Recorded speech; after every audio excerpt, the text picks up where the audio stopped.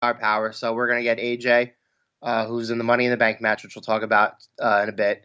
And then we have Edge and Orton, who I could see Edge coming back and maybe starting a feud with either Seth Rollins, because remember they had that incident a couple of years ago where Rollins was going to stomp on his neck, and then maybe you see like Randy Orton like feud with like Drew McIntyre or Kevin Owens or somebody. They have options. So let's talk about, I mean, obviously what's going to happen at Money in the Bank is going to lead into some storylines here. So let's go over everything. And like we do, we're a unique show here. When we cover wrestling, we also look at the numbers. And that, Joe, what is the numbers? Tell our audience what the numbers are. I'm not following. The betting odds, the numbers. So we don't just give predictions. Betting odds. So right. We'll look at this. So we'll talk about some of the matches that we don't really care about first. So we'll start off with the WWE title match, Drew McIntyre versus Seth Rollins. While I really wouldn't be surprised at all if Seth Rollins wins, and I do think he should win, I think it's going to be a close match, but Drew McIntyre will retain. Do the odds in my favor here on that prediction? They are monumentally, actually. I think McIntyre is the biggest betting favorite on the show. He's minus 700 to retain the WWE Championship, and Seth Rollins is the plus 400 underdog. How does Buddy come into play, Buddy Murphy? You think he gets involved in here at all? I think he tries to get involved, and I think something happens where he either inadvertently hits Rollins or does something late that costs Rollins the match, either by distracting him or, like I said, hitting him inadvertently. All right, and the other, I don't know if there's odds in this, but is there an over-under on how many segments or matches that Zelina Vega is involved in? No. Although I would take the over. And I wonder, I'm guessing the regular matches are coming from the Performance Center, so I don't know if it's going to be two different broadcast teams. Is Cole going to be doing the Money in the Bank from Florida? We'll see how that'll works out. That should be interesting. So we're both in agreement here that Drew's going to win. I wouldn't be surprised if Rollins won, though. Would you be really surprised? No, I wouldn't either. But I think they're kind of set on giving McIntyre a little bit of a lengthy run with the WWE Championship. The thing about Rollins, though, is his promos going back to 2 weeks before WrestleMania versus Owens have just been spot on. Everything he says is true. And it's just so funny how you look at WrestleMania, Rollins loses, he becomes number one contender. AJ Styles gets buried. He's in the Money in the Bank, probably the favorite. So it just goes to show you that things are really crazy right now with what's going on. The next match that is probably going to suck is the Universal title match. And unfortunately, I think Braun's reign comes to an end here, which is terrible. And I think the Fiend wins. And the only way I see this not happening is if the Fiend doesn't wrestle. If it's Bray Wyatt, I guess Braun Strowman wins, but it hasn't been determined yet. Yeah, so it's going to be Bray Wyatt. It's not billed as the Fiend. And when we're looking at this match, it's pretty much a toss-up. Strowman is the betting favorite at minus 130, but Bray Wyatt is minus 110. So there's not really that much difference between the both of them if you're looking to throw a little money on it. So which way are you leaning? I'm leaning Strowman because what I think they're going to have is Braun beats Bray, and then Bray will continue the storyline using the Fiend, and then the Fiend will come in and beat Braun for the title. Is there even a June pay-per-view at this point? I don't know. That's a good question. Because I'm thinking of after tomorrow canceling my network, and then I'll just determine if I'm going to get it back for SummerSlam or not, to seeing how that plays out. Because I just don't see, the point of paying for this. And I'm having a hard time getting into enjoying these pay-per-views on the network right now. I mean, even WrestleMania, it was good for what it was, but it's just tough. So if they had some, like Extreme Rules or something in June, like I think I'd be okay. I think I'd be okay with missing it and not seeing what happens. I know Extreme Rules in July. There's no set June pay-per-view. That's the question. Right. There's not going to be a takeover. There won't be anything like that. So no.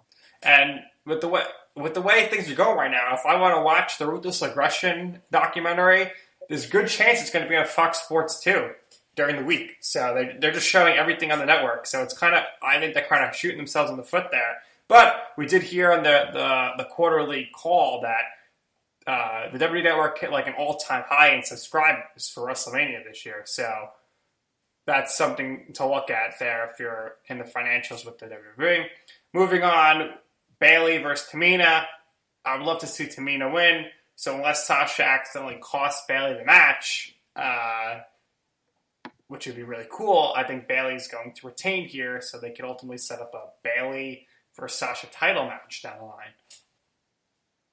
Yeah, Bayley's the big favorite. She's minus 500. Tamina's plus 300. I agree. I think this match will be pretty standard.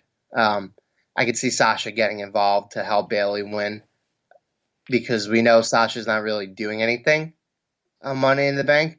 So the two choices are she's either going to help Bayley win or she's going to find a way into the Money in the Bank match. So I wouldn't put it past them to do number 2 because that seems like something that they would do. But in all seriousness, it looks like 1's the more likely option because they're really going with the whole Sasha is like, and they're really, really besties angle. So, but yeah, Bayley's the big favorite. Then we have the SmackDown Tag Team Fatal 4-Way match. I don't know if this is going to be a traditional Fatal 4-Way or it's going to be like just 2 teams in at once, which is always bizarre to me to watch that. So it's really a matter of are they going to actually push Forgotten Sons and they'll somehow sneak away with a title victory by pinning Lucha House Party. But I think the champs, the New Day, although they usually have really short title reigns as of late, I think they're going to retain. Yeah, no, I agree. I think they're going to retain. I think this is going to be a traditional match where they tag in and out, and then at the end it gets kind of chaotic because the ref loses all control. In terms of who's the betting favorite and who's not, there's no set favor for this match either.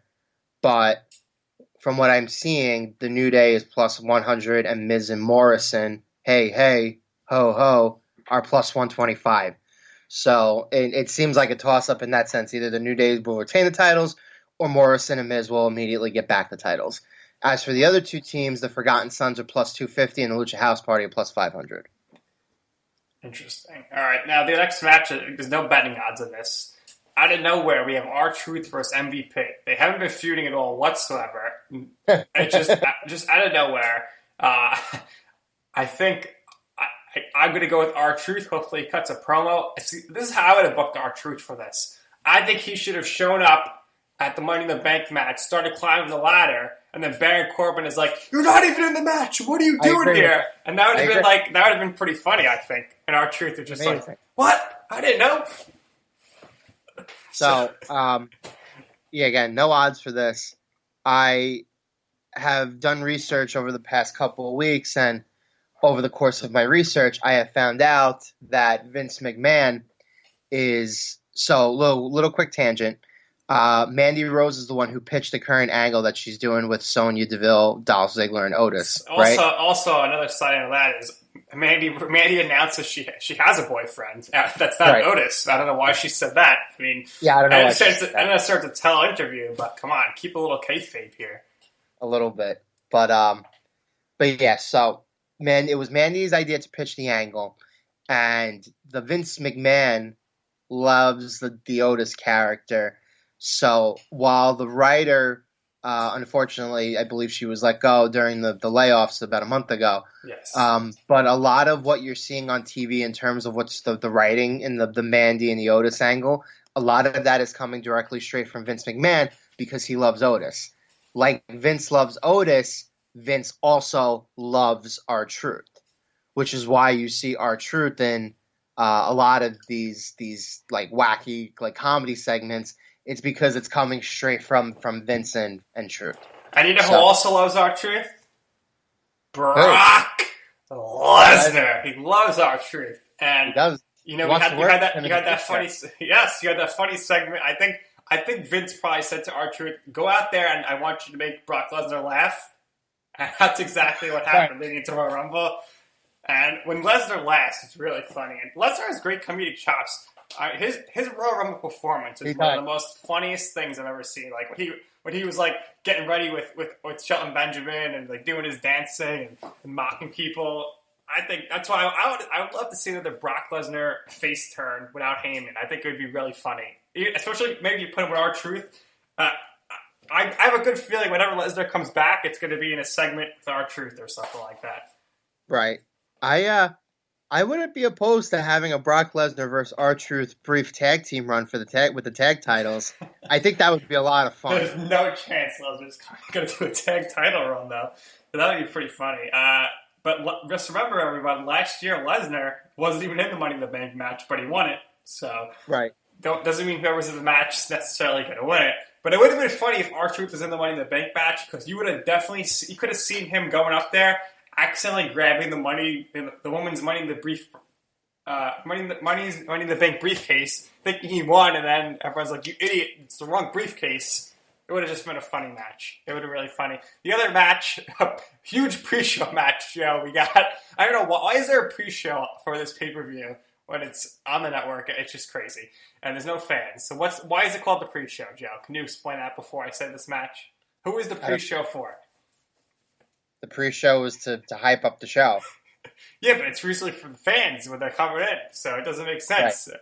All right, Jeff Hardy is facing Cesaro. Why? Who knows? Cesaro, I think, is going to win because Sheamus is going to attack Hardy or something to get payback from SmackDown.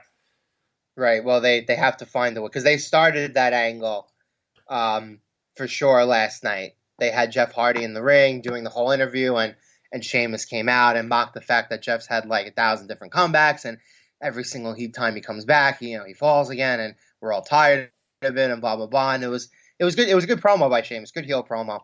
And they started there. I wonder if I thought by now Sheamus would be back in the title picture, but I thought he was going to be a Money in the Bank. I thought he was going to win the Intercontinental title at WrestleMania, but that didn't happen.